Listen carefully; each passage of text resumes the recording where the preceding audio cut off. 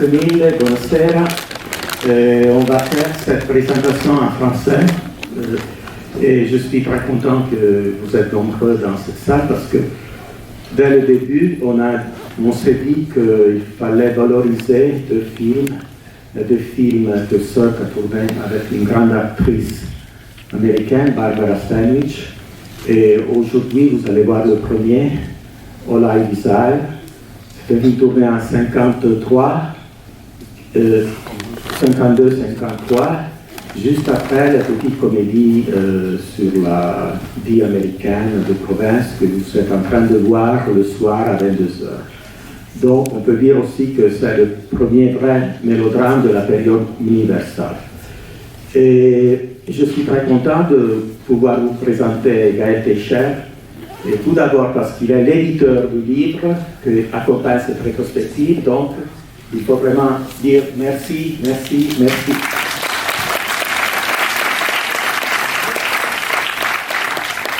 Et Gaël est éditeur, mais aussi producteur et distributeur, et cinéphile, bien sûr, parce que... Non, tu n'es pas cinéphile, tu refuses, ok.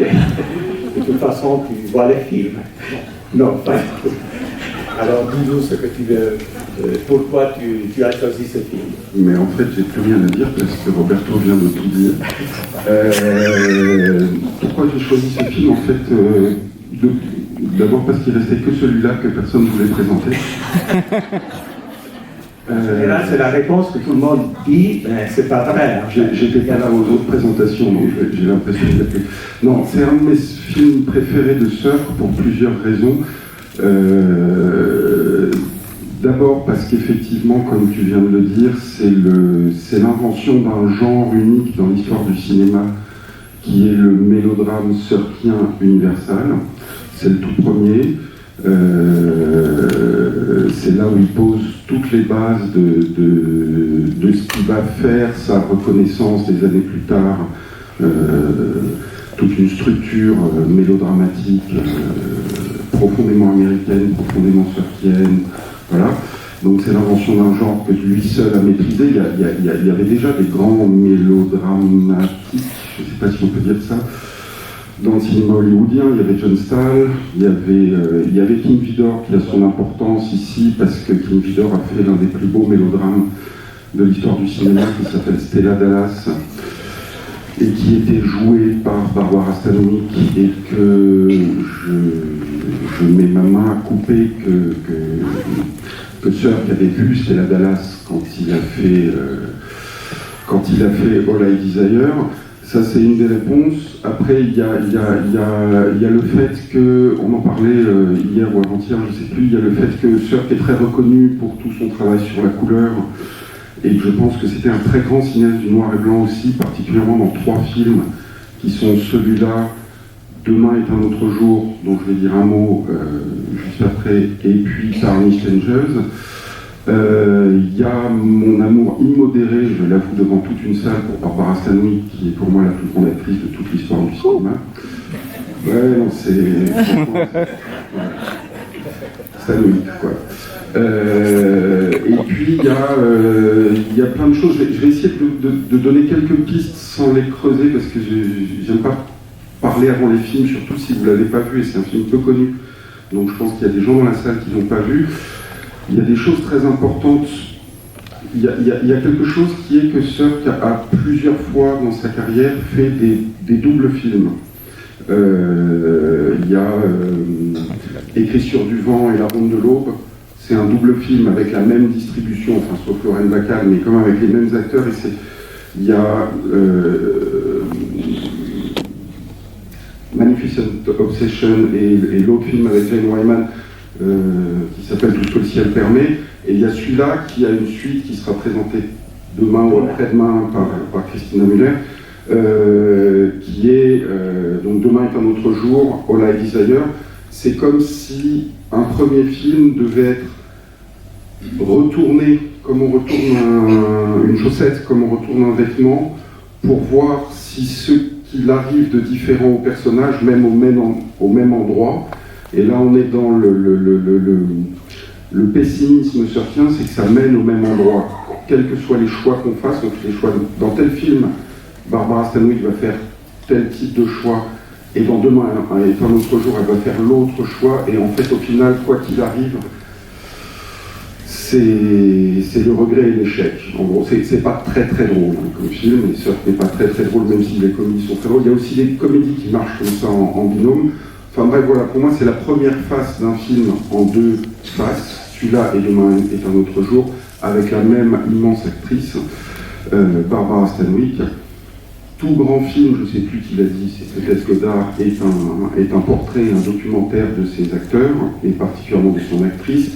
Je vous invite à aller, ne serait-ce que sur la page Wikipédia de Barbara Stanwyck, pour voir quelle était la vie de Barbara Stanwyck, mais en gros, c'est sa vie, c'est une femme du peuple, qui a été chorus girl, qui a fait ce qu'elle a pu pour s'en sortir, et puis bon, il y a eu des coups de pouce qui font qu'elle s'en est sortie.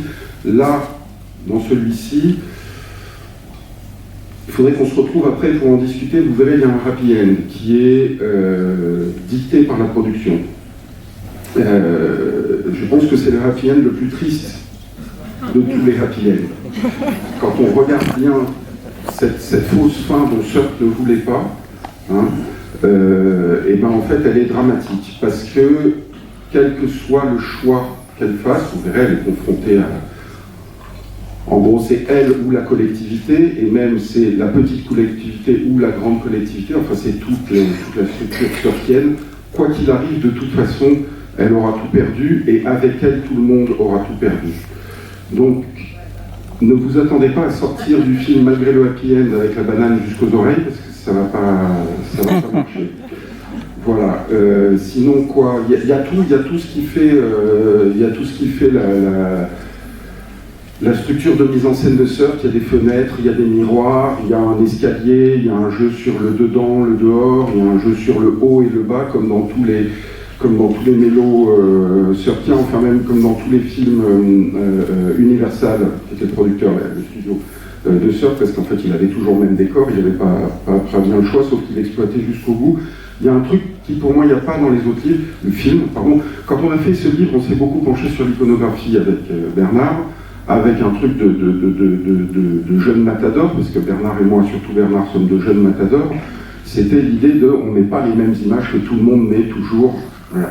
Sachant qu'il y a 300 pages d'images, donc il fallait quand même... bon. Et moi je me disais, il y a un film qui va être facile parce que c'est mon préféré, c'est choisir des images pour montrer ce qu'est la mise en scène, parce qu'il ne s'agit pas d'illustrer, il s'agit d'essayer de donner une idée par l'image fixe, par le photogramme, de ce qu'est la mise en scène. Ça va être facile sur ce film. Et en fait, ça a été le pire casse-tête pour trouver des images, parce que c'est les mêmes images que dans les autres films, sauf qu'il y a une opacité dans ce film. Il y a quelque chose qui... Je ne sais pas comment on appelle ça, vous savez, les maisons américaines, la villa américaine dans laquelle ça se passe, il y a des portes avec des genres de moustiquaires. On voit à travers, mais on ne voit pas tout à fait. Voilà. Et tout le film est fait comme ça. Il y a quelque chose de très opaque dans la mise en scène, il y a quelque chose de très opaque dans les personnages. Moi, j'ai trouvé, en revoyant les films pour travailler sur le livre, j'ai trouvé qu'il y avait quelque chose de très spécial, c'est que les personnages de Surf sont compliqués à aimer. Contrairement à la doxa hollywoodienne où il y a toujours au moins quelqu'un qu'on aime, c'est compliqué. C'est pas qu'ils sont antipathiques, hein, ils sont mal et mal. Il y a quelque chose de rugueux, il y a quelque chose auquel on ne peut pas tout à fait s'attacher parce que sinon on va être triste avec eux. Et au final, on est triste après eux, ce qui est encore pire parce qu'ils nous ont abandonnés. Bonne séance. Merci.